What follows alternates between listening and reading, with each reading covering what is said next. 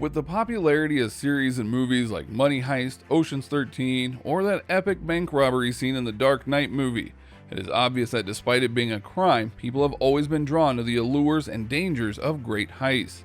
Though cash theft is one of the most common forms of crimes committed, in reality, robbers can only get away with a few $1,000s the majority of the time, and that's even with a huge amount of risk involved. But of course, there have been a few exceptions in the past. After all, if you're gonna steal, why not go big or go home? So let's take a look at some of the most impressive bank robberies in history.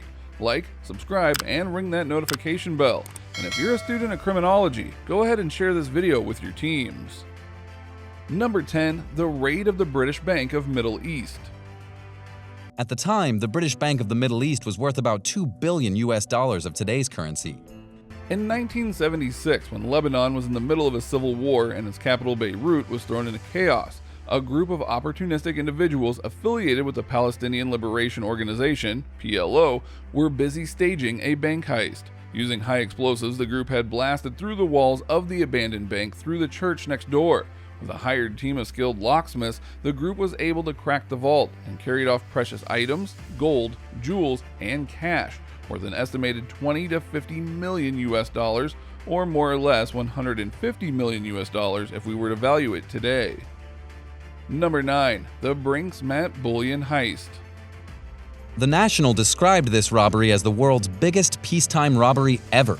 The Brinks-Mat warehouse robbery in November of 1983 is perhaps the largest gold heist in UK history, and surprisingly, that wasn't even the original plan.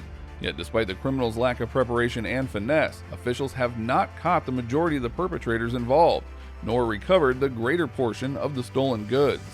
The success of the heist was mostly attributed to an inside help who gave quick access to the warehouse's site and also disarming the electronic security systems. Guards were quickly overwhelmed and threatened in order to secure the safe's combination. The 6 armed robbers headed by Brian Robinson and Mickey McAvoy intended for a quick steal and grab. However, upon opening the safe and discovering 6,800 gold bars that were divided into 76 cases instead of the expected 3 million pounds in cash, though it took much longer than necessary, gang members were able to flee the warehouse, taking with them the gold bars, along with several cut and uncut diamonds. The gold was eventually smelted down, and the estimated worth of all stolen goods was 26 million pounds. Number 8. Northern Bank Robbery, Belfast, UK. Ward was transferred to McMullen's house while his family remained captive in their home. At the time of the Northern Ireland peace process, days before Christmas in 2004, a group of armed raiders disguised as police officers invaded the homes of 2 Northern Bank executives, Chris Ward and Kevin McMullen. The 2 were ordered to go to work that Monday, act normal, and provide access to the bank. Otherwise, their families would be killed. Thus, after the day's business hours, Ward and McMullen led the robbers to the bank's underground vaults, and in a few hours, the raiders were gone, with 26.5 million pounds in tow. After weeks and months of investigations and still no clear perpetrators, the chief constable speculated the direct involvement of the members of the Irish Republican Army, IRA, which Sinn Féin officials declined. Despite its political ramifications and the number of investigators and suspects involved in this complex crime, the case remains unsolved and without any convicted robbers until this day. Number 7. The 1987 Knightsbridge Safe Deposit Heist.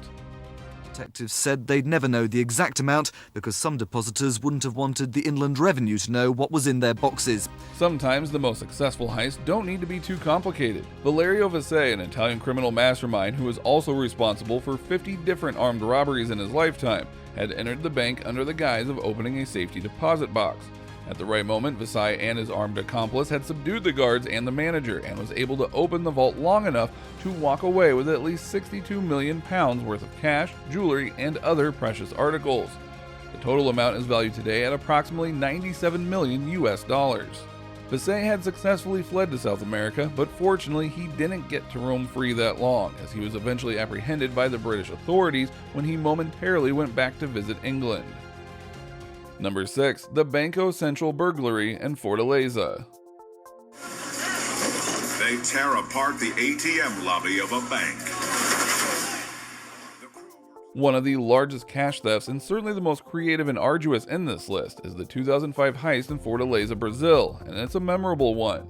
Posing as a group of landscape and maintenance workers, a group of robbers had rented out a commercial property situated near the bank.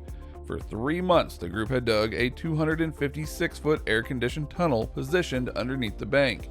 Then in one fateful weekend, the team dug up through reinforced concrete into the bank's vault, successfully looting $70 million worth of cash.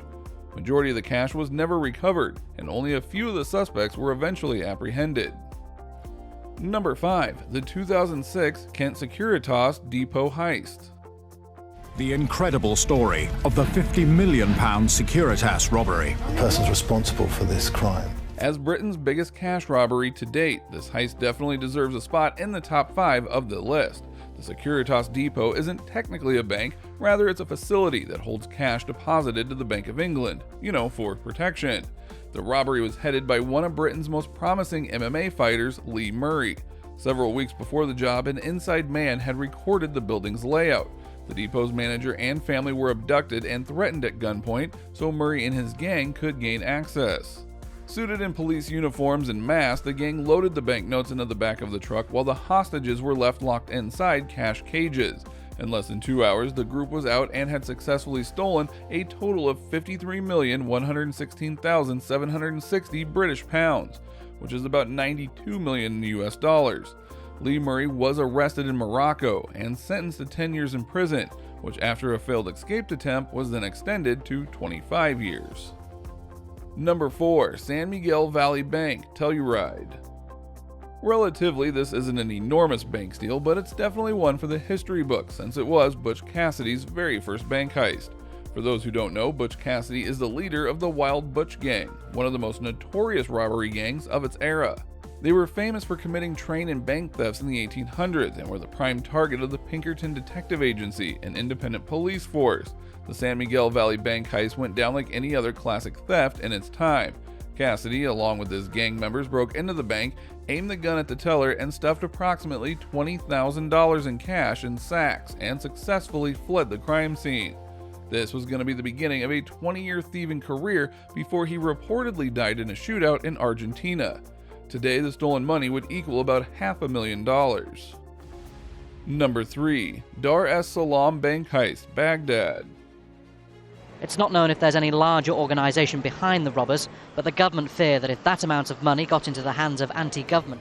In this world, sometimes it's those who you trust the most that eventually bite you. The robbery of the Dar es Salaam Bank in Baghdad is one of the biggest inside jobs in history, but perhaps what's more astonishing as compared to others on our list, this required almost no effort or retaliation at all.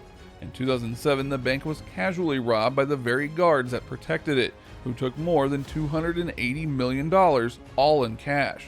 The local police and an official of the Interior Ministry had stated that approximately 3 guards had engineered the entire heist. There were no chances of catching the bandits, as it was suspected that the guards might have been connected with militias, as it seemed they'd easily pass through the city's numerous checkpoints. All in all, the details of the case are still somewhat shrouded in mystery, and unfortunately, so are the location of the cash and the thieves. Number 2. The North Hollywood Shootout. And they start shooting at anything that moved. Uniformed police officers were outgunned. Okay, this may not be the most successful heist, but it is one of the most brutal. Nearly 2,000 rounds of ammunition that led to the death of the 2 robbers and the injury of 8 civilians and 12 police officers, including the destruction of several vehicles and properties. Not to mention that the event's aftermath had called for the immediate revamping of LAPD's weapon and overall firepower. At about 9 o'clock in the morning, Larry Phillips and Emilian Matasareanu had robbed the North Hollywood branch of Bank of America in 1997. With a getaway car, their escape had led to a deadly shootout that continued to nearby residential streets. It was obvious that the 2 suspects were more heavily armed and protected than the police forces chasing them. This led to one of the most intense gun battles in U.S. police history, with the suspects later being killed. Number 1. Central Bank of Iraq. Saddam Hussein is infamously known for a number of atrocities at this point, and it may not even be surprising to know that he's also responsible for the largest bank heist in robbery history. And when we say the largest, we mean about $900 million to about $100 billion US worth of cash and assets. Ironically, this huge heist didn't even use guns or any forms of violence, but just a simple note. In March 2003, at about 4 a.m., before American troops could set foot on the Iraqi capital, Hussein had already instructed his son, Qusay, to lead the cash withdrawal. The bank's governor was handed a handwritten note stating that the money should never fall into foreign hands. It looks like the ex-Iraqi dictator really saw it as his own personal piggy bank. Without much force, 3 large trucks were filled with cash containing metal boxes for several hours, never to be seen again. To this day, no one knows the exact location of where the loot was taken. However, it is reported that about $650 million were found in one of Hussein's palace raids.